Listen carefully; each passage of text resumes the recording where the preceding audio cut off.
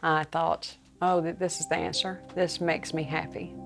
I can be happy 24/7. I thought, I'm a better mother, I'm a better wife, I'm a better friend because I'm joyful. When Jeannie Carrecker was a young mother of two, she struggled with the daily grind of being a stay-at-home mom and began to slip into depression. She thought she found the answer to her problem when she was prescribed pain medication after she had dental work. You once again enjoy routine life. So you once again enjoy interacting. You know, if you're high, you enjoy doing the dishes.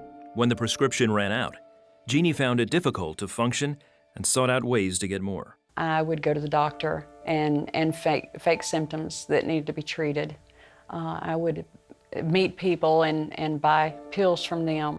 Jeannie's husband became concerned about her ever-growing dependency and convinced her to seek help at a methadone clinic, which treats opiate addiction with a synthetic narcotic similar to morphine. Honestly, I just wanted to be high and pretended to get help. And methadone took me to a much larger scale of addiction. I did not know that I was trading something so small for something so large. Jeannie was instantly hooked, but there was another unintended consequence of her methadone use. After a couple of years, my husband began using also. I believe that it was to cope with the lifestyle that I had created for us. Over the next several years, their drug use escalated, and they lost custody of their two young daughters. Your children are wondering, you know, why does my mother do this? Does she love me? And of course, you just get high again, and you block it out. Jeannie and her husband began dealing drugs to support their habit and were eventually arrested. Jeannie had been raised in the church, but alone in her jail cell. She questioned whether anything she had been taught was real. And it started me down a path of God is not real. He can't be real. He's mythical.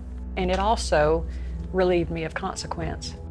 Once released from jail, they continued selling drugs and began to make their own meth. When their home was raided in 2010, Jeannie was charged with possession, but her husband was charged with manufacturing. He faced life in prison without parole.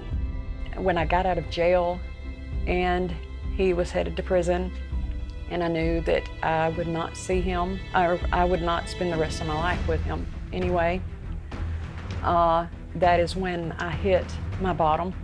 I would do anything to escape the reality that he would be serving time for not only crimes we both committed, but something that I basically pulled him into anyway.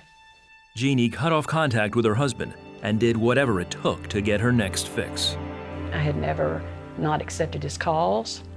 And of course, the reason I did not accept his calls is because the things that I was doing to obtain drugs so that I could stay high.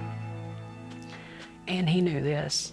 Jeannie's husband finally got her on the phone and begged her to enter the Love Center, a faith-based rehab facility in Birmingham, Alabama. I came in not believing that anything would work.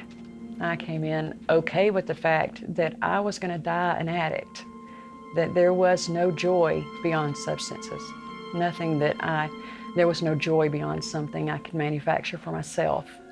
But over time, the message began to sink in. Something started to penetrate. You know, what if he is real? You know, what if there is a creator? What if all this crap that you've been thinking for many, many years is wrong?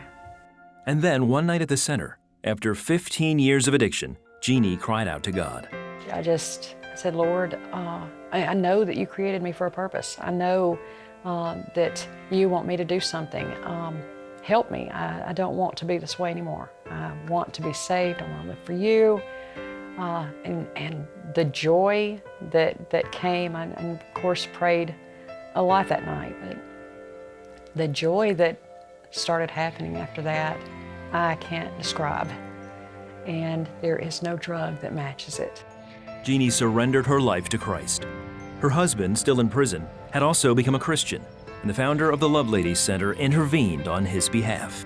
Our founder, Miss Brenda, spoke with the authorities and asked them if they would please drop the last charge against him, the manufacturing charge against him, and release him into her custody and see what she could do with us together as a couple, if she could help us. The charge was dropped, and together Jeannie and her husband received counseling and prayer and freedom from their addictions. They reconciled with their daughters and became a family again. Today, Jeannie is a director at the Lovelady Center and shares the true source of her joy with others just like her. The needs that he has met in my life that no drug could meet or do for me is worthiness, acceptance, love, true love, purpose. I believe that to know why you were born, because we all are born for a reason, results in unexplainable joy.